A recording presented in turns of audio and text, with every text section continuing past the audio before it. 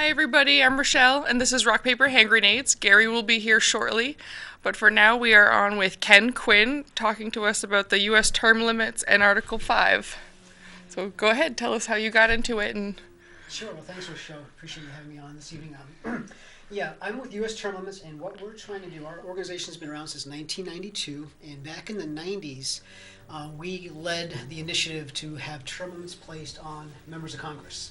And in 1990, well, early 90s, 23 states passed laws putting term limits on their own members of Congress, and they also passed laws putting term limits on their own legislatures.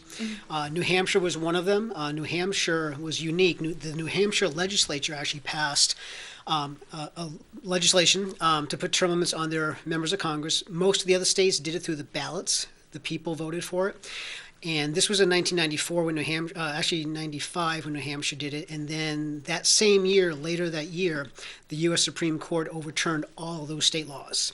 And what the Supreme Court stated was that the only way, the case was actually U.S. term limits versus Thornton against us. The only way you could put term limits on Congress was through an amendment to the Constitution through Article 5. And so for those folks that are not familiar with Article 5 of the Constitution, it's very simple. There's only two ways to propose amendments. Either both houses of Congress need to pass an amendment by two-thirds of both houses, or the other method that's never been done before is the framers, in their wisdom, gave the states an opportunity, an equal opportunity to propose amendments. And the process works like this: you need two-thirds of the states to apply to Congress for the same subject matter. Today, that'd be 34 states. Yep. Once two-thirds of the states agree on the subject, they submit the applications through their legislatures. Then Congress is forced to call the convention. It's kind of the framers put it in the Constitution as a way to give the states a way to check the power of the federal government. They thought, this government we're creating probably will get out of control someday, and we need a way to check that and keep them in check. And so this is why this mode is in the Constitution. So how it works is once Congress receives the applications from two-thirds, then all 50 states are invited. The legislatures will appoint what they call commissioners, and they will participate in a convention. Just think of it as a task force meeting. And for our application, we're just seeking one amendment, which is term limits for Congress. Once the amendment passes, it's one state, one vote. So let's say 50 states show up. A majority passes it, so 26 will pass it, 26 states. Then it needs to get ratified before it becomes part of the Constitution. And we need 3/4 or 38 states to ratify the amendment, and then it becomes part of the Constitution. So that's the process. that sounds cool. Yeah, it's like pretty I know neat. ideally it was the states would have most of their individual power, and the federal government would just kind of be overseeing it. So this helps allow the states to take back their power in a way. Yeah, absolutely. In fact, Congress cannot amend the Constitution. Only the states can amend because the states have the final say. But unfortunately, over our history, this has never been done. So I'll give you a little history that I was unfamiliar with. Congress has introduced, and this will blow you away, but since 1789, when our government began, Congress has introduced over 12,000 amendments to the U.S. Constitution. 12,000. Oh, wow. Yeah. The states have never introduced one under Article 5. And we wonder why there's such an imbalance today. Well, that's because the states have never used their authority under the same article that Congress uses. And so we need to change that mentality. Now, out of the 12,000 amendments that have been introduced, only 33 have been passed by the two-thirds needed in both houses. And out of the 33, only 27 have been ratified. So it's really difficult to have an amendment added to the Constitution. Now, the first 10 were the Bill of Rights, okay? Yep. So that happened pretty much a couple years after the Constitution was ratified. But over time, Congress has offered up a number of amendments, most of them good, some I might disagree with. Yeah. And we feel that it's time. In fact, today, I just want to hold up a sign here. Today is actually Term Limits Day. I don't know if you can see this. There we go. This is our first annual National Term Limits Day. Today, February 27th. What happened in 1951 was the day the 22nd Amendment was ratified to the Constitution, which put 2 terms on the president. So we chose that day as a day to recognize term limits, and we're going to do this every year. And our goal is to finally put term limits on Congress because the people have been wanting it for decades, and we know about time. it's about time, and we know Congress is never going to get the 2/3 needed to put it on themselves. And so the only way we can really legitimately and actually get this done is through the states. Exactly. You know. Yeah. So that's our effort, and that's what we need help in. And now we do have the resolution in the New Hampshire legislature right now. It's HCR 6. Representative Betty Gay is the sponsor, and the committee. We've had the hearing already. They're going to be voting on it at the committee level, which is the State, Federal, and Veterans Affairs Committee on Wednesday of next week. And we feel that we got to get New Hampshire to join her sister states. As of today, 13 states have passed an Article 5 application with term limits for Congress in their applications. So we're a little bit more than a third of the way there to get this done. So we need a few more states to join the cause. Are you looking for like the same term limit for everyone in Congress, or will each state kind of? You know, how it works is we're not advocating how long or how many terms there should be. That's going to be the discussion left up to the states. And so we just want to set the table so that they can meet to have the discussion. And what it would do is once the amendment is passed and ratified, then it would be equal. It would be the same term for all the states. Absolutely. We do have, hi Gary. Hi. Welcome. I'm glad you can make it.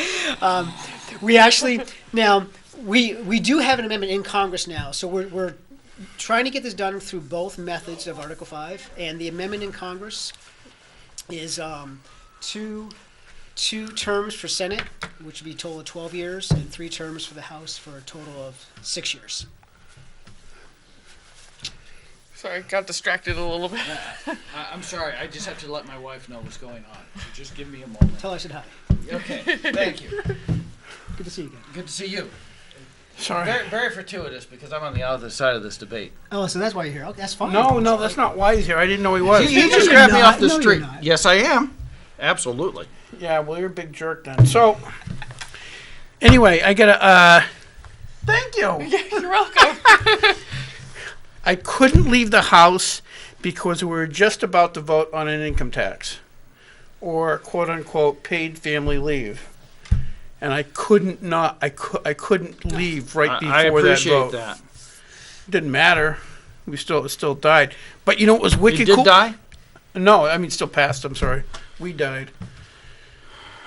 Well, we got a 60-point spread, so we don't win much, but I did win one today. What's that? Okay, for the folks at home, I'm Representative Gary Hopper, and I mistakenly invited Representative Dan Itza, obviously, onto the show tonight. But anyway, so today at the State House, legalization of marijuana passed the House. Yeah. But that sounds good, but it did not have a large Veto-proof. enough, a veto-proof majority. And it comes to our chamber first. Right. So that's one. Your chamber. School zone, firearms in school zones. Right now, the current law is, to the best of my understanding, is that if I have a pistol permit, I can go pick up my grandkids at school, and I don't have to, lock my car in the. Can I explain it more completely? Go. Okay. According to federal law, if you have a concealed carry license issued by law enforcement, which ours are, then the federal law does not prevent you from carrying a firearm in a school zone. Right. The 47 states in which it is prohibited by state law. Right. So anyway, John Burt stuck his foot in his mouth. We were debating the school zone bill. I am opposed to a school zone bill. I believe that if we have gun-free zones, those are safety-free zones, because the only people that abide by laws care about the law. The ones who are coming in to shoot people obviously do not care. It's just ridiculous. Actually, you know, you made a great point, or tried to, but the speaker ruled him out of order. Was Mike Harrington? Yeah. He wanted to go up and ask one. I think it was Yes, John Burt. yes. He wanted to go up and say, "Well, if we put signs all around the state that say this is a murder-free state, are murder going to stop? Is murder going to stop all of a sudden because we have signs all over the place that say you're not allowed to?" No, it's just stupid. But anyway, so that the gun-free zone thing passed. Again, that's got to go by the governor. That's a tougher one for him to veto because optically it doesn't look great. But the victory today, we had one victory, was I'm sure you're familiar with this subject, is the right to know. And right to know has been an issue ever since Dan and I were freshmen at least, and before that. And so we had a right to know commission in 2017 that I had the honor of sitting on or sleeping on. I was super sick.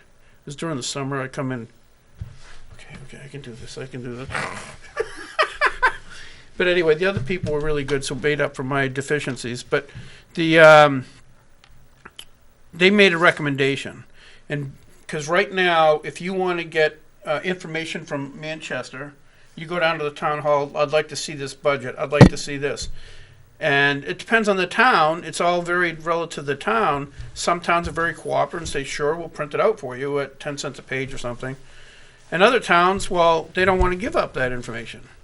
There was a woman that sat on the school board, Harriet Cady, former representative, sent me the link to this, or the story to this one. A former lady that was a school board member, right? A school board member asked for a copy of the school budget electronically, and she was denied. They said, no, we won't. Even though it says clearly in the right to know laws that she has to. And whoever, the administrator, wouldn't do it. She had to spend, I think it was, the number I saw was $10,000 taking that to court to get that information. So anyway, the House Bill 729, which just squeaked by today, was a ombudsman bill. So there would be a person in the town that's hired just to take those cases. So instead of going to court for $10,000, you'd file first you'd call and see if they can square it away. If they can't, then you file a complaint, and then he has to review the complaint and come up with a written explanation of why or why not. But it's still a lot cheaper for the taxpayers. It's a lot cheaper for the towns, and it should resolve a lot of these horrible issues. Because New Hampshire ranks like 49th in the country as far as transparency. Boy, I can see the challenge to that right now. Whatever. So that then the ombudsman is overseen by a right to know commission, and I think there's 13 people on it, one from each county, and a couple of reps, one senator, and some other people. And only X number of people can be members of any school board or anything like that. They have to be regular citizens. So, but you only need 7 for a quorum. So it's kind of unwieldy, but it's great. But so every town is going to have to hire somebody? No. Oh, okay. No, there's one ombudsman. Okay. And the people on the commission are they're free. They're paid just like as well as we are as state legislators. Actually, a little bit $100 less a year, but so it's a really great idea. And I got it through the Libertarians because they were afraid we were creating another state agency, and I got it by them, or I got some of them along by adding an amendment to sunset it in 2024. So if it's not working really well, it's gone. It's gone. It goes away automatically. So Sorry. anyway, that's a fight I've been fighting for a long time. Congratulations. Real lot of great people worked on that, but we just won by 4 or 5 votes. So that was like the only victory today. So that was pretty great. Anyway, you got everybody's up to date. So you get most of the lion's share of this presentation, because I didn't know Dan was opposed to it. I just assumed he was for it when I saw him out in the other room. And which one? State. Now. Term limits. No, not term. No, we're not arguing over term limits. We're not arguing over term limits. Okay. We're only arguing on whether or not the state should have a convention and pass. I was saying at lunch today, I don't care what they pass. To me, it's irrelevant that they pass anything specifically. The real important part is the states reassert their authority over the federal government. Okay. I didn't realize that was the pointed issue. Yeah, so Okay, we'll the issue of an Article 5 convention, it makes me highly nervous. Oh yeah, okay. Well, anyway, Okay. yeah, but Dan, he But- gets the floor. Yeah. Then you okay. can chime in and Then go ahead. So anyway, go ahead. Okay, well, do you want me to? I kind of discussed the process on how this works. Right. Do you where want did me it to get a into the scare- little the first? No, not the concerns? scary start part. Where does it lay in the where is it in the Constitution, and what was it intended for? Yeah, and as I was sharing with Rochelle, it's in Article 5. It's very the framers in their wisdom. You probably have to sit a little closer. Yeah. Yeah. Thank you.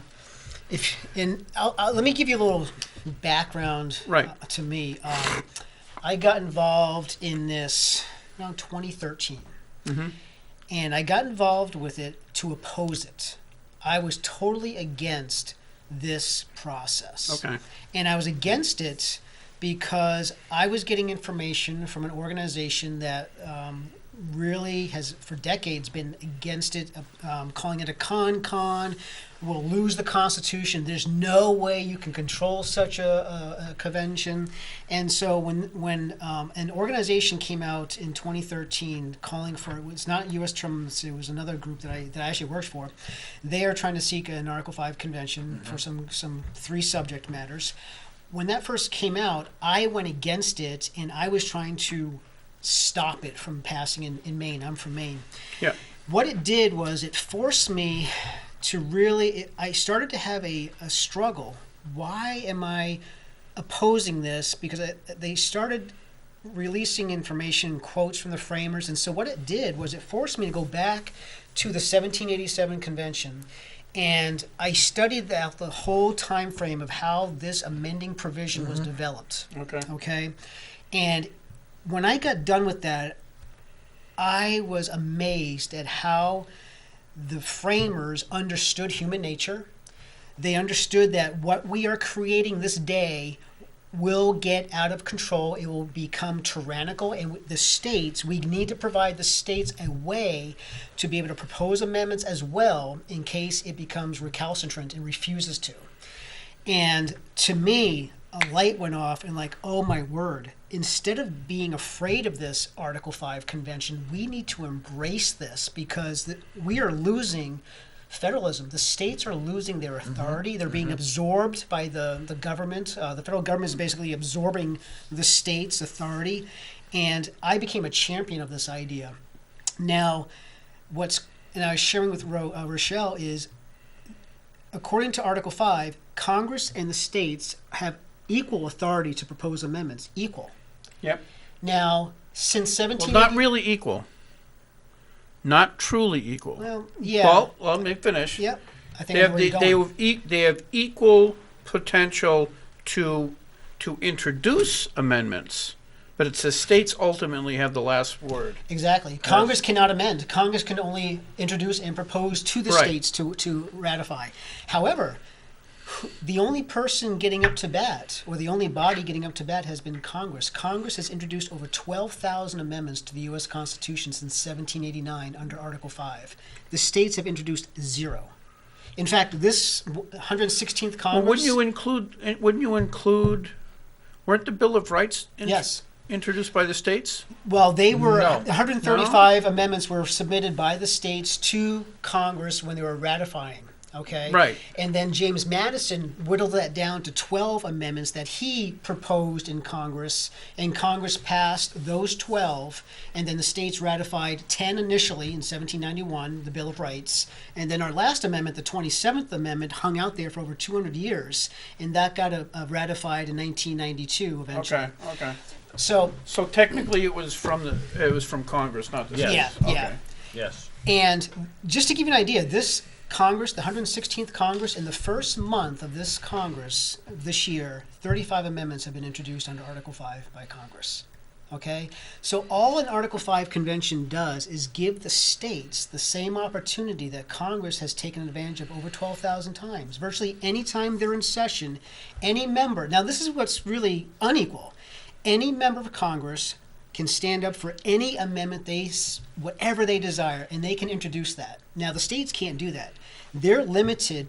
You need 2/3 of the state legislatures to pass the same topic application before they can even have an opportunity to gather to discuss. I just thought of an amendment that might pass. Term limits for Congress. No, even better. Yeah. What if we introduce an amendment to the Constitution that the senators and members of the House of Representatives are paid by their state Paid what? salary? They do not receive any compensation from the District of Columbia for their service in Washington, D.C. Their only income can be from the state from which they reside. Why not? Why What would that do to them? Where would their loyalties be? With the state. Well, Hopefully. why, you consider that was the way our compensation was originally. Sorry. The voice from above. Our compensation in Concord was originally from the towns. That was changed in 1792. See, that was probably a mistake. Well, ours is so little, it doesn't make any Well, difference now. yeah, but ours wasn't really little. I'm not saying now. It makes no difference. Right. because Now, it's so now it little. makes no difference. But our compensation that we receive now, when it was just last amended in 1889, was 1/3 of the annual salary of the average railroad worker. Okay. Now, in regards to that amendment, I think it won't matter because Congress, they don't get their money from their salary. That's breadcrumbs to people in Congress. Well, They I'm get saying their money salary from the and comp. lobbyists I know. and the PACs, and so that's just Any breadcrumbs. salary or compensation Yeah. should be from the state. If they're getting other money than that, then who's on the Well, take? Now, to give you It an becomes idea, obvious. to give you an idea how this Article 5 process works, because we got the 17th Amendment in 1913, right? That changed how U.S. senators are appointed. It used to be the state legislature because Yeah. they were supposed to represent the states. They still And- are supposed to. They still are. But now they're elected by the people, okay? And the reason that came about, long story short, is in the early 1900s, nothing changes. Some guys were bribing the legislature to get their seat in Congress. Oh, yes. Whoa. So now, and Well- some legislatures were gridlocked. They couldn't decide on who to send, so they weren't even being represented in Washington. And so, what ended up happening was the people were fed up with it, and an Article 5 process through the states began. They got up to 29 states passed an Article 5 application for direct election of senators.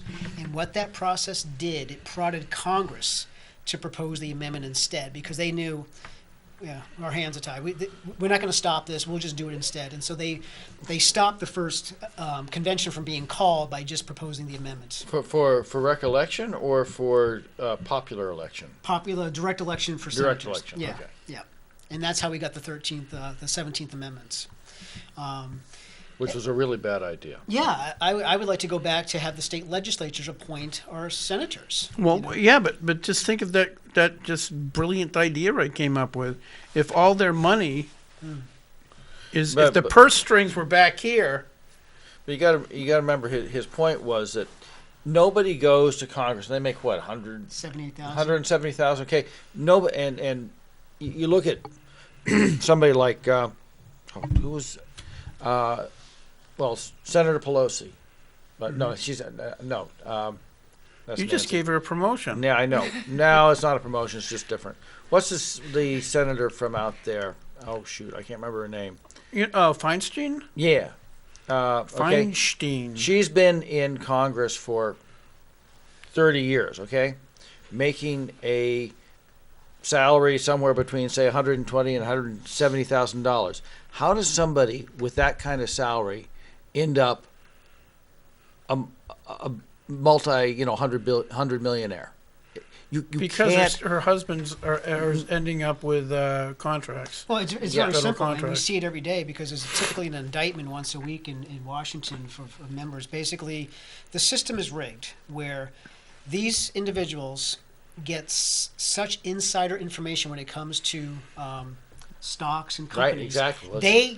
They know what companies are doing ahead of time. They help make those decisions, so they're day traders down there based on their committee and they dictate stock prices. Yes, so but- most of their money is made through insider I trading. know. Yes, but if you For if- them, for them, insider trading is not a crime. No, well, it's supposed to be, but they But make if the rules. all their income while they're in office, that no income for them or their families can come from Washington D.C. or their connections. So in other words, they But can't that be won't- trading. But no, trading trading is down on New York Stock Exchange. I know they shouldn't be doing it.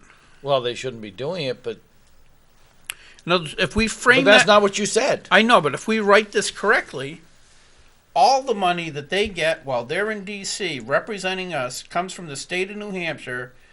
So their loyalty is to the people and the legislature in New Hampshire, period. Instead of their loyalties to, Pfizer Corporation because, they want to get reelected. Well, that's still going to happen, though. The PACs are still going to cover them for re-election because Yeah, but they're not going to be as motivated if they don't have Yes. all those perks. I mean, that's why our Senate is the place where all the all the lobbyists in New Hampshire put their money. Right, because there's only 24 of them. It's easier to achieve results assisting in the election of 24 than it is in 400. So anyway, so back you were started off, and so you went a little bit into the history. Yeah, okay, so the history of Article 5. So that's kind of where we're at today is we have a Congress that's dysfunctional. Absolutely. They're more concerned about maintaining power and getting reelected than tackling the big issues like immigration, healthcare, all these issues. So we need new people. We need an infusion of new people that will go down there with the intention of not turning it into a lifetime career, but to go down there for a short period of time to do what their constituents sent them there to do. Term limits will go a lot. It's not the silver bullet. I'm not saying it's going to solve all of our problems, but what it will do is it will get more people to participate in government. It will open up more opportunities for people at the states to run for office because a lot of people will not even bother to think about running because they know they cannot raise millions of dollars to take out an incumbent. So we as voters, we get the same choice year after year, election after election. We get the two same people all the time. We don't have any real choices. People say, well, Ken, we've got term limits. They're called elections. Give me a break. Well, I'll tell you, if we're going to focus on term limits, then we have a debate. Okay. Because well, I let's don't. go on for Article 5. I'd rather talk about Article 5. Let's stay with Article Because 5. I don't even agree with term limits Okay. because then the bureaucrats are in Sure. charge. I love talking about Article 5 because I Okay. think it's Let's talk about fascinating. Article 5 because, I mean, for my part, in terms of Article 5, though it scares me, Yeah. the premise of our government is self-government, government by consent. Yep. If we cannot allow ourselves to have a convention, we don't have self-government. Do we deserve the opportunity to have a convention? Absolutely. So what is okay? So you, Mr. Itza, you said that the some things make you nervous about it. Why? Because of the character of the people of America now.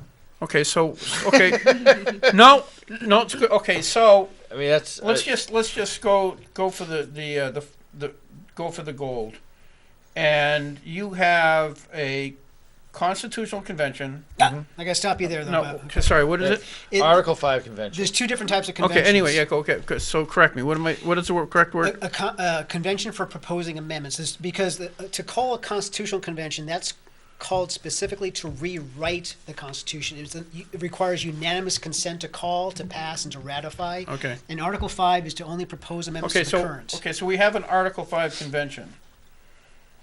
and the delegates going there are not limited. Let's just say we just send. No? Correction, they are. In fact, that's the biggest misnomer about this. That's the biggest lie. Yeah. It's misrepresentation. It is. Okay. Because that... Well, let's just, I know, but okay. Well, because what you're saying, I want to be accurate, though, okay? Okay. Because I deal with this every day.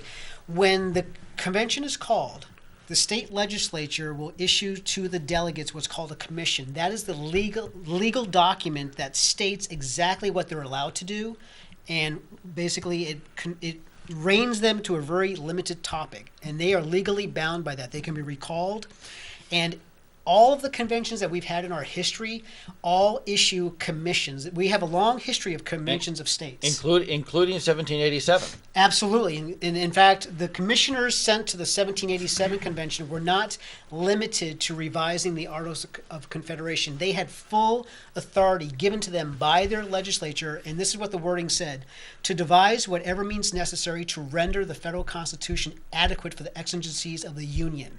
So they were given full authority to do what they did. And there's another misnomer out there, or misinformation, saying, well, no, it ran away. They exceeded their authority and they threw out the articles and gave a new constitution. Yes, because that is what their legislatures dictated them to do. Okay. So that's a little Okay, misinformation. so we have a convention, an proposing Article 5 amendments, yep. Convention for of the amendments. States. Everybody is sent to that convention with the statement, please, to modernize, to bring up to date the federal constitution. Just let me to do whatever it takes to modern. I know I'm trying to make an argument. If you just let me get through this, Dan, I'm not unarmed, Dan. I'm just telling you. So I wrote the first delegate limitation okay, bill. let me finish. So they go there. All right, here we go. Enough states get together and they send delegates to the federal government for Article 5 convention to repeal the Second Amendment. Okay? They can do that, right? No, they can't do that unless 34 state legislatures pass that resolution. 30. Yes, that's what I'm saying. So you're saying 34 states pass 34 states to repeal pass the this okay. resolution, right? I'd like to know what states those What? are. Yeah, I don't know if you'll have that many. Finish. Okay, go ahead. Gosh, you guys are like dragging this out. I'm trying to make a point, You and have it's to be simple. accurate, though. I know. I'm just speaking hypothetically. Yeah. So they go to this convention and they say, yes, we need to repeal the Second Amendment because people have guns and I'm scared. It comes back to the states. It has to, whatever they do, regardless of what they do, no matter how insane it is, it still has to come back to the states and be ratified by the states, and 34 of them have to 38 of them have to agree to it. Yes. Yep. Right? Yep. So the idea that some lame brain idea like that is going to pass muster is ridiculous. It's not to be afraid of. It really is. I mean, Right. That's, it is to some degree dangerous. Forever. It is to some degree dangerous, but How is it dangerous then? Because we don't know. I mean, as we work for an Article 5 convention today, okay, we don't know what the Article 5 convention that's going to be achieved 10 years from now. I mean, this is one of the funny things is when I was first intersecting with this in 2012. Yeah. Okay. I was telling people, you are so far away from this. You don't really know. You don't perceive where you are. I said, it's going to take you how long to have a convention, Right. right? Mm-hmm. To get to the point of calling a convention, and then how long to have a convention. How long to get any resultant amendments sent out, because Congress has to do the sending, right? And then how long to get ratifications back? I mean, this is not... It's not an overnight process. It is not... I mean, you're talking the better part of 2 decades. Well, to give you a little history, there's been over 400 of these passed by the state legislatures, and the reason, which kind of proves again that it's limited, because a convention has not been called by Congress because the 2/3 goal has never been reached on the same subject matter. Okay, it's come very close, and today the effort that's closest to calling one, they're up to 28 states Balanced as of budget. today for a balanced budget amendments. They've been at this now for over 40 years. Now, New Hampshire passed their Article 5 resolution for the BBA in 2012. They're actually looking at rescinding Was that. that under unfortunately. O'Brien, right? Yes. Now, did that? Okay, so now this Did is, HCR 1 pass today? They didn't, I don't think they vote on it, but hopefully that's not going to happen. I don't know. State and federal. Stephen, I don't know. I think it's don't vote remember. tomorrow. I think. I don't know. I was concentrating on other Things. yeah. Judiciary. Yeah. So, okay, this is what I don't know. So I knew that it had whatever crazy idea happens, or because in the legislature we're told they can go there and they can create anything and they can come back with they could they amend the can't. Constitution to, I wrote the say first straight delegate white men limitation can't serve bill. in Congress or Okay? huh? I wrote the first delegate limitation bill, Yeah. which was Warren Grown, not Warren Grown, Fenton Grown had the balanced budget amendment. Yeah. And he said, do you support this? And I said, under one condition, there's a delegate limitation. So we wrote a brief one. Let's see. We wrote one. I think it was attached to Fenton's bill. And Fenton's wasn't the balanced budget. Balanced budget passed. Fenton's bill didn't. So we stripped out the balanced budget, the delegate limitation, which described how a delegate gets selected, who gives them their commission, and how you remove somebody who violates their commission. Right.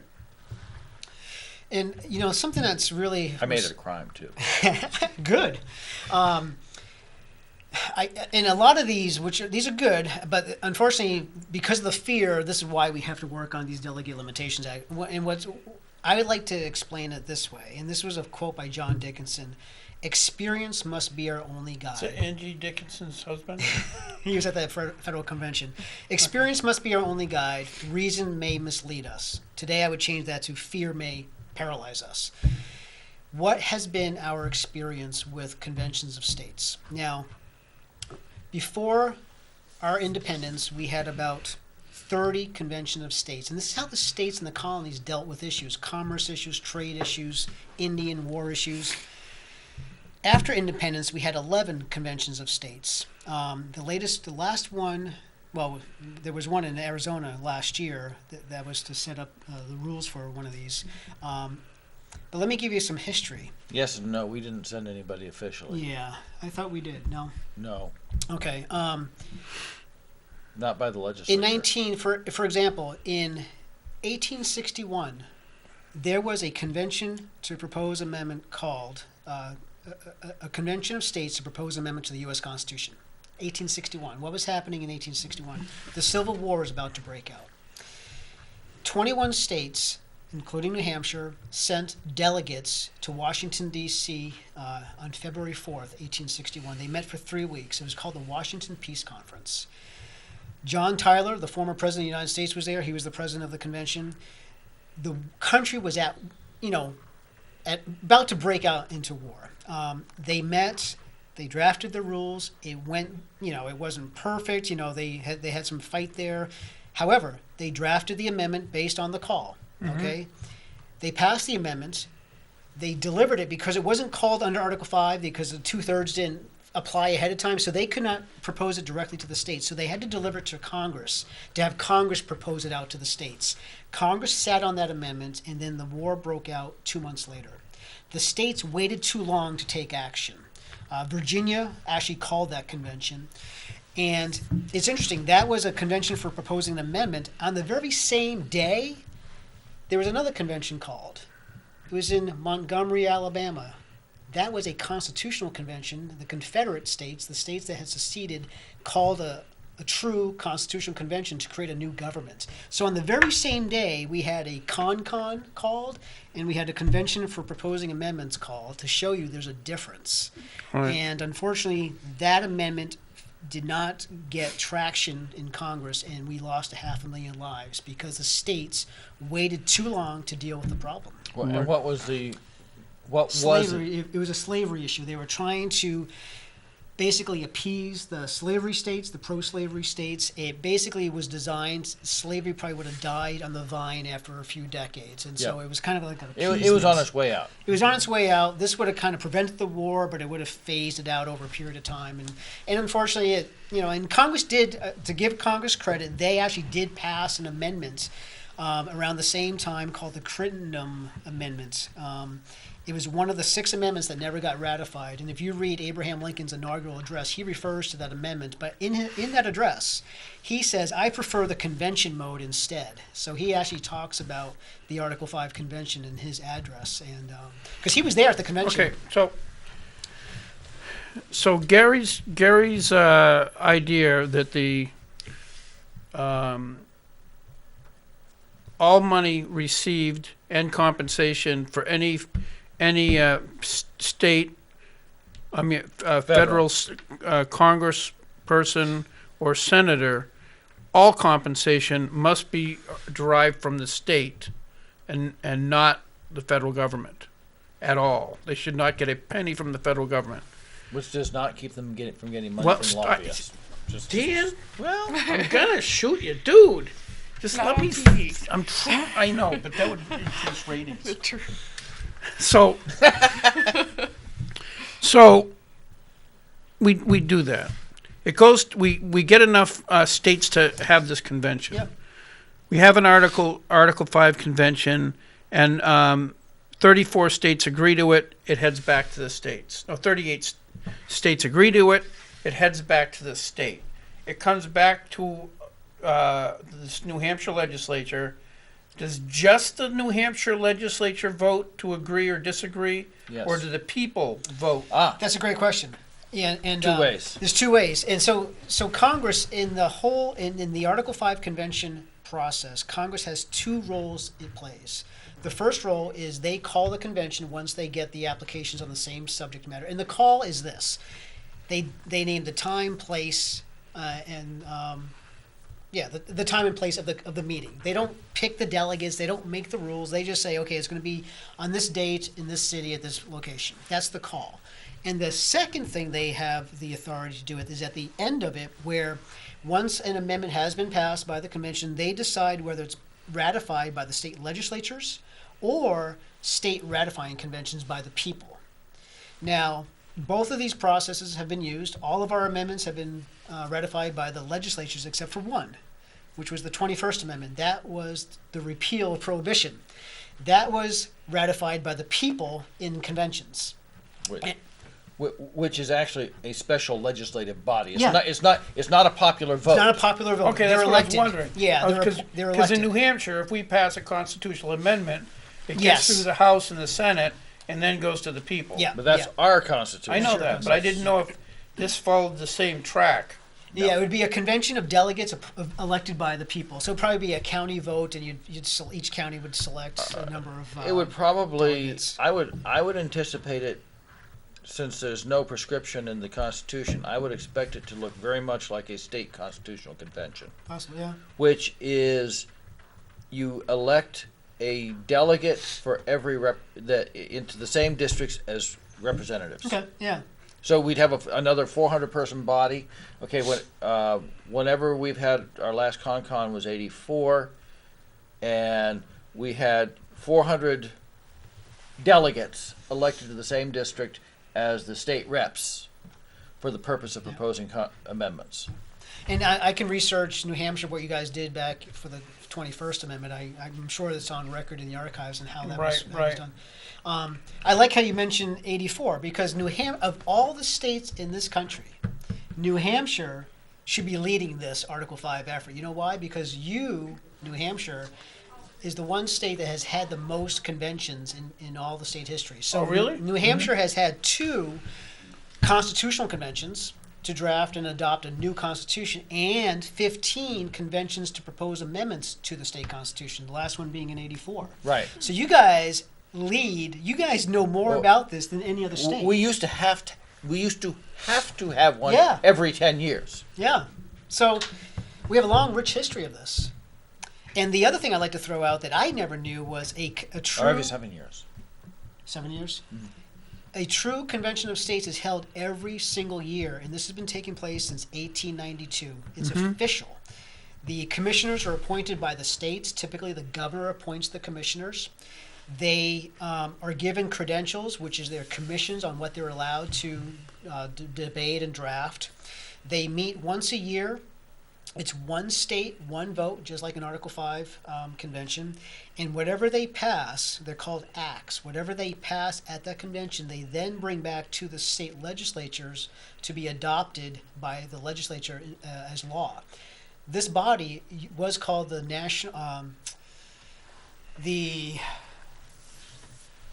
I'll tell you, I'll give you the name what it is now. It's the Uniform Law Commission. It began in 1892 because the federal government started getting its nose into the state's business. And they said, hey, listen, this is our jurisdiction, not the federal jurisdiction. So it began basically because of the 10th Amendment, the powers of the states, the authority of the states.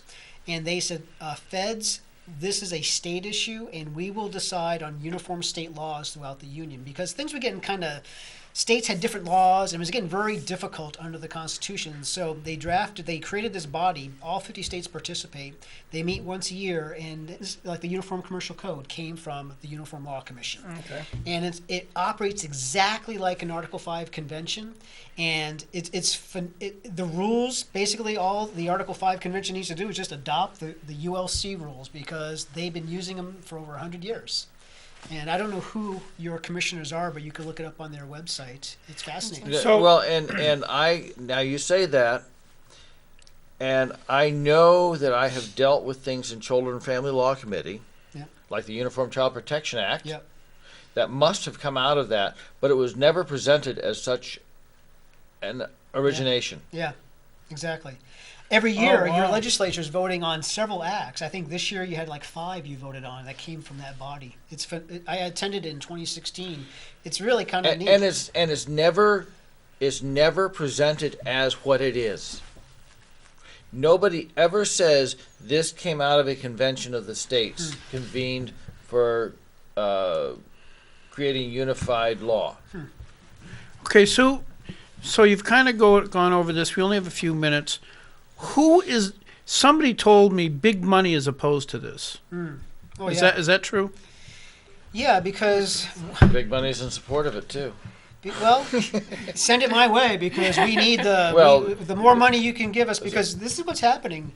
I don't see, if you think about it, if we're successful in either our call or the other calls, the balanced budget, whichever one gets there, and if we all get there, it's going to change what business in Washington, D.C. It's going to change the livelihood of the senators. And one of the things you have to really consider, and why I support it tacitly, is the problem we have is usurpation of state authority by the federal government. Yeah. And I've written a book on that, right? Congress is never going to submit an amendment that lessens their power. Exactly. The only way to deprive power from the federal government in any way, particularly the legislature, because they are the legitimate font of power at the federal level, is for the states to impose it. Yep. Anyway, we're just about out of time. Ken, thank you. Thank you. Thanks, Dan, you're the best. And I'm glad I didn't shoot you, because I probably would have felt guilty. I might have At least for 30 seconds. Oh, not that long. Jeez. Don't give yourself that much credit. Rochelle, thank you very much. You're awesome. Thank you for being here when I could not. For the people in New Hampshire, I'm sorry, but I think you're on your way to an income tax unless the governor vetoes it. He's in favor of term limits. Oh yeah. I don't know if I agree with that. I I'm get fine it. with that. I can get handle that. I get it. I get the premise. It's a good idea. It's a good idea. Wow. How quickly they turn on you. It's a deprivation of representation. I'll take it. Can you say that 5 times fast? So The last like 5 minutes just go. I think I'm wiped out. If I they think want I'm to done. learn more, visit termlimits.com. Oh yeah. Sorry. Yeah. Oh, that was what I was gonna do. I knew it was something else I wanted to do. Termlimits.com. You know, our first constitution had term limits in it. The Articles of Confederation had what they call back then rotation of office, term limits.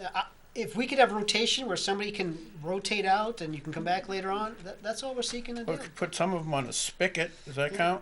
So Give people a shot to get in there. Get a Yeah, spigot. get a spigot. Allow people to Hey, get in. hey, wait, Go ahead. wait. Well, hey, if you gotta say it, say it. Dan Itza, thank you very much. Ken, thank you very much. Thank you.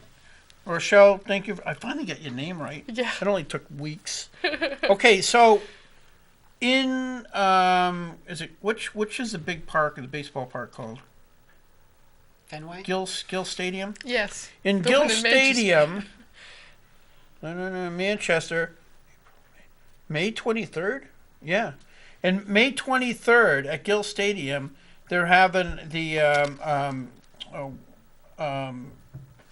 like Billy Graham used to do the big calls to worship and a prayer and people would accept Christ. Well, they're doing one in Gill Stadium in Manchester is May 23rd. And if you guys want to they need people, Christians, to get involved, because at these things people accept Christ, and it's very emotional, but they don't necessarily can articulate what's going on, so they need counselors. And so if you want to get it, you've done it. They need more people. So if you guys if people want to get involved and they really need people to get involved, go to decisionsnortheast.com. Decisionsnortheast.com if you want to get involved in the Billy Graham. Decision. Revival. Northeast.com. There's no S on the end of decision. Oh, there's no S. Yeah. Our She can see. origination came on the heels of a revival. There's going to be fireworks. Just saying. Just saying, Great there'll be awakening. music and fireworks. And anyway, that's it for tonight. Thank you very much Thanks, for Eric. coming all this way. Appreciate Hey, you find a place to park? I did. Wow, I couldn't. I wasn't going to pay 10-hour parking, though. They only give you 30 minutes, 2 hours, or 10. It's like, that's Where'd a you big end up spread parking? of In the money on garage or- street. Oh. Well, no, because you can keep pressing the 2. Really? Yeah, Oh, I had to. yeah. I had to cancel mine because I did that by yeah, accident. Next thing I know, it was like up to $7. I said, "Wait a second." Where Hey, do you we'll work? see you guys Thanks, next Joe. week. Appreciate it.